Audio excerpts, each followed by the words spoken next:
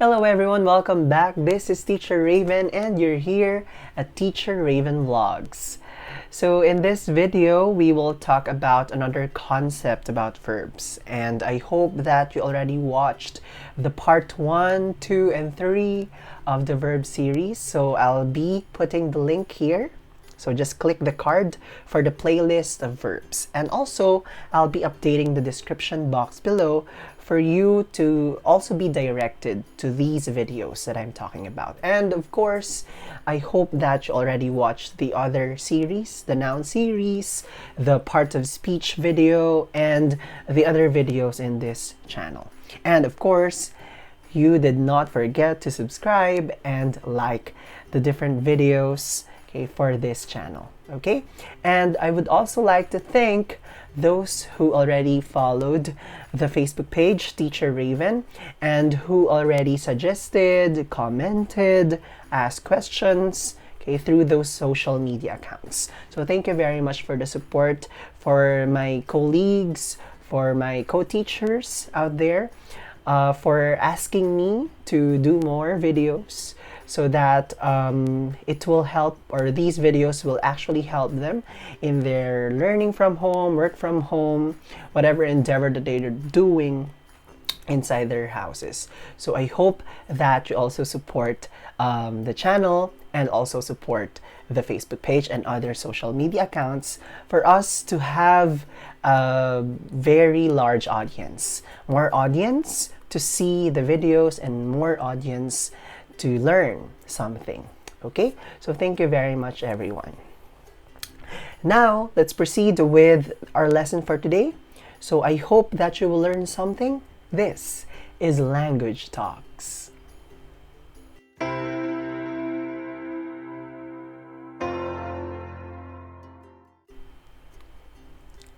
So in this video, just like what I said, we will be having another concept about verbs. So last time, in the past video for part 3 of the verb series, we talked about the past and the past participle. So as we said, the past is the principal part used to form the past tense. So the usual form, of course, you will see in the different videos. Okay, for example, in this sentence, we have Imelda prepared salad. Okay, and Robert fought for justice. So, as you can notice, these two verbs are both verbs, both in past tense. Okay, however, they have some differences in terms of their form. So, for example, Imelda prepared salad. Prepared has a D. It has a D, okay, after the word, okay, prepare, to show its past tense. While Robert fought for justice, the verb fought, okay, is coming from the present form fight. Okay, however, we did not say fighted. Okay, but we said fought, or we have written fought. Why is that? Because there are verbs that really are different in their form of the past and the past participle. Okay, the same thing with the past participle example we had last time, used with helping verbs for the perfect tenses. Okay, so we have this example last time. Lizelle has worked for the town for the present perfect. We also have Lizelle had worked for the town before she took the civil service examination. This is for the past perfect. And for Lizelle will have worked for the town for 20 years by August 2020 for the future perfect. Okay, so as you can notice, all of these perfect tenses or perfect sentences, okay, have the verb worked, okay, and its form is with ed. So from the present form work, we added ed to show its past participle form. Well, of course, in past form, it still worked. But again, to show that this one is a past participle, always remember that it has a helping verb. Okay, so for example, for the present perfect, you have for singular subject has, okay, but for plural present perfect, you have. For Past perfect, both for singular and plural subject, you have had, plus, of course, the past participle. And for the future perfect, both for plural and singular, you will always have will have, plus the past participle. So in this case, we have has plus worked, had worked, and will have worked. Okay, so you can see that in this case, we also have the form of the verb. Okay, just like the first examples a while ago. Prepared and fought. Okay, now why is that? Why are we dealing with this? Because the main purpose of this is that the forms of the past and the past participle of a verb are dependent on the regularity and irregularity of the verb. So meaning, the main topic for today is about regular and irregular verbs. Okay? So let's proceed with regular verbs. So regular verbs are, a regular verb is one whose past and past participle are formed by adding ed or d to the present form or to the base form of the verb. Remember, present form in other sources, you could read it as base form. Okay, so what's that? So in this one, we have a chart here, and you could also download charts, okay, online, showing your principal parts. And this chart is divided into 4 columns. You have your present, okay, you have your present here, present participle, past, and past participle. But I want you to focus on the past participle, okay, so, and the past. So here, we are talking about regular verbs having d or ed, okay? It's always the case for regular verbs. You just add d or ed after the verb, okay, whenever you are talking about its past or past participle form. Okay, so in this case, we have play. Well, for present participle, it's always the same. It's your verb plus ing, so playing. And then now for past, you can see that you have play, and then you have ed, played. For past participle, now I want you to also notice we have here the have. It's enclosed in your parenthesis. Why?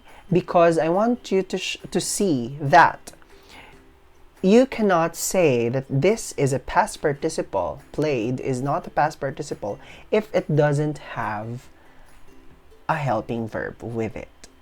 So past participles should always have their linking or their helping verbs. Okay, so here we have, and in other books you could also see this form. So it's enclosed, but it's not necessary. Okay, it's just to show you that it is a past participle form. Okay, so we have here.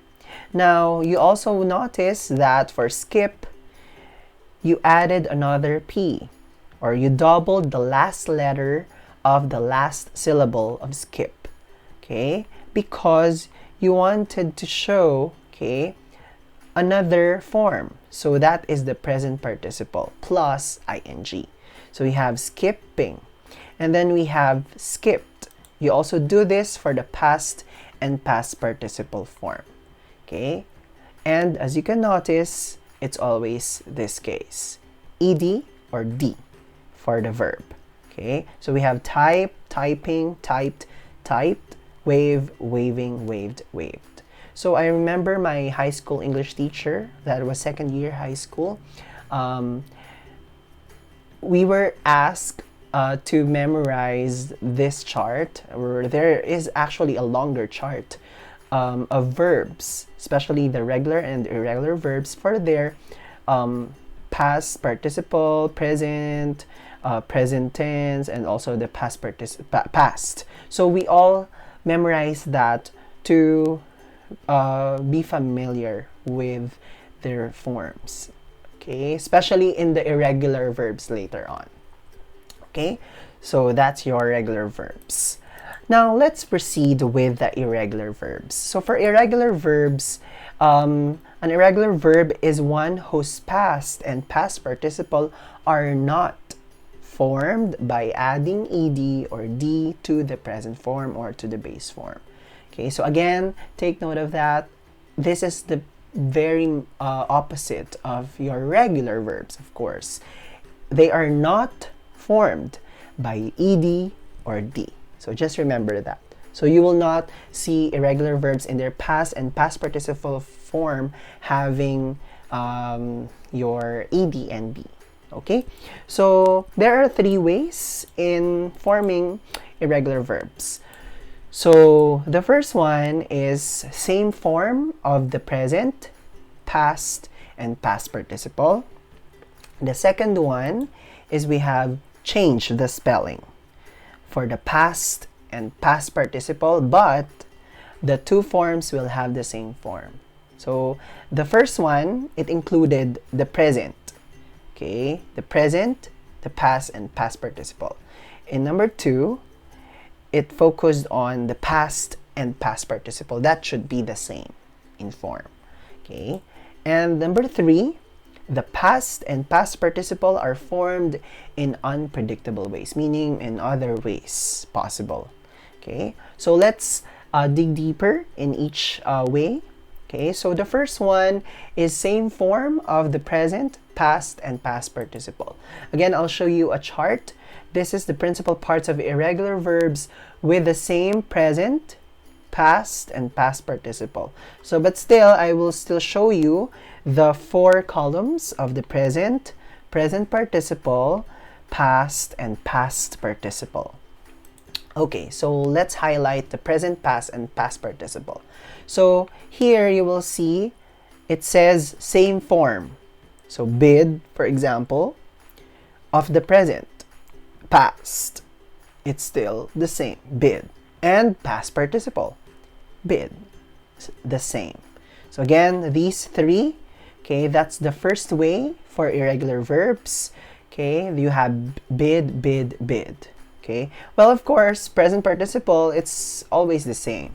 You have your ing, or for some cases, you add another letter, or you double the last letter of the last syllable, but still, you will have to add the ing to form its present participle. Okay, so it stays the same. Okay, so burst, burst, burst. Cost, cost, cost. Hit, hit, hit. Hurt, hurt, hurt. Let, let, let. And put, put, put. Okay, so again, remember, same form of those three. The present, the past, and the past participle. Okay, the next one is number two, change the spelling for the past and past participle, but the two forms will have the same form. Okay, so meaning the present will be different from past and past participle. Okay, so you can see in this example, okay, again, let's focus on the past and past participle. So see that you have the present here, bind, and then it changed the past. It changed to bound. Okay, you changed the spelling. But again, it says, but the two forms, that is your past and past participle, should be the same. And here it says still bound. Okay, so you have bring, brought, brought, build, built, built. Okay, and we have buy, bought, bought, catch, caught, caught. And then we have lay, laid, laid, and lose, lost, lost. Okay, so of course there is a longer chart. Okay, you can just search that because it's readily available online. Okay, so just look for the words, or always check your dictionary, always check the internet for you to be sure if a verb is regular or irregular. And of course, it's very easy to look for charts like this, and it's very much helpful for you to identify whether it's a regular or an irregular verb. Okay? And the last one, the third way, is the past and past participle are formed in unpredictable ways. Well, this one, it really needs memorization. It really needs for you to be familiar, okay, to these words, because they are changing, okay, in every part of the verb. So, for example, in this chart, again, let's focus on the past and past participle. You can see that from arise, it changed to arose. And then, past participle, arisen. Okay? So, here, you change for the past, you also change for the past participle. So, again, they are not the same. Then, begin, began, begun. Okay? So, some words, it's easy because some of the one letter or one part only of the word. We have blow, blew, blown. Okay, do, did, done. Freeze, froze, frozen. Ride, rode, ridden. Swim, swam, swum. Okay, so as you can see, it's the third way. You have unpredictable ways of changing your past and past participle from their base form or from their present form. Okay, so just remember that. Okay, and of course, there is again a longer list for this chart. Okay, so that's your regular and irregular verbs. Well, I hope that you like this video. If you like this video, don't forget to click that like button and of course share to your friends and family so that we could learn together and they could also learn from this video. And of course, don't forget to tell them to subscribe to this channel and click that notification bell so that you'll be updated to the future videos. Thank you everyone. Class dismissed.